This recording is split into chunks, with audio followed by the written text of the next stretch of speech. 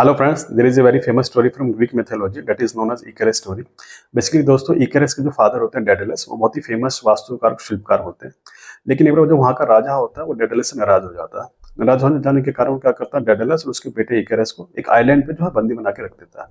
वो आइलैंड पे बेसिकली एक टावर होता है जिसके आसपास जो होता है पूरे चारों तरफ समुद्र होता है। तो वो हजार कोशिश के बाद भी वहां से निकल पाने की कोशिश नहीं कर पाते। तो ऐसे में जो डेडलस होता है, एक बार देखता है कि जो पंछी हैं वो एक समुद्र से एक जगह से दूसरी जगह आराम से अपने पंखों की मदद से उड़ के चले जा रहे हैं। तो वो भी क्या सोचता है कि वो एक विशालकाय वंश बनाया जाए अपने और अपने बेटे के लिए, और उनकी मदद से जो है इस टावर से जो है निकल के भागा जाए।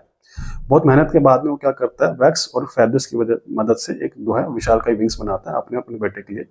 और निकलने से पहले, उड़ के भागने से पहले अपने बेटे को समझाता है कि जो विंग्स हैं उसकी मदद से हम यहाँ से निकलेंगे, लेकिन हमें जो है समुद्र के बहुत ज़्यादा पास भी नहीं उड़ना है, क्योंकि उससे क्या होगा, जो है फेदर्स जो है गीले हो जाएंगे और हम आना उड़ना जो है मुश्किल हो जाएगा।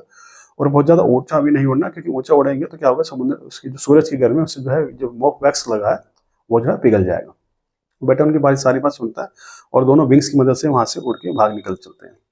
तो निकल जाने के बाद में जो बेटा होता है वो खुशी के मारे जो होता है ये भूल जाता है कि उसके फादर ने उसको क्या कहा है, और वो जो है ऊंचा उड़ान भरने लग जाता है। ऊंचा उड़ते उड़ते उड़ते ऊंचा इतना ऊंचा उड़ जाता है कि भाई जो उसके विंग्स हैं, जो फेदर पे जो वैक्स लगा होता है वो पिघलने लगता है। उससे जो है उसके विंग जो है खराब हो जाते हैं, और जो है वो उसका जो बैलेंस बिगड़ जाता है और जाके समुद्र में गिर जाता है, मर जाता है। बेसिकली दोस्तों, जो स्टोरी हमें तीन चार चीजें सिखाती है। पहली चीज तो है कि दोस्तों, कोई भी सिचुएशन कैसी भी हो, अगर हम थोड़ा सा ध्यान से उसके बारे में सोचें तो कोई ना कोई जो सोल्यूशन है हमें मिल ही जाएगा, जैसे कि इस केस में डेडलिस ने निकाला। दूसरा दोस्तों, जो आपका जो मेंटर है, आपका जो कोच है, आपका जो शुभचिंतक है, जो आपको कुछ बात कह रहा है तो उसको हमें ध्यान से सुनना चाहिए, समझना चाहिए, क्योंकि अगर कुछ कह रहा है तो उसके पीछे कोई ना कोई रीजन है। तीसरा दोस्तों, जो हमारी अर्ली जो हमारी सक्सेस है उससे हमें जो है उसको हमें कॉन्फिडेंस में नहीं, उससे हमें ओवर कॉन्फिडेंस नहीं हो जाना चाहिए, क्योंकि ऐसे में जो है जो हमारी जिस चीज़ से हमें सफलता मिले वही चीज़ हमारे लिए उल्टा हमारे लिए घातक हो सकती है।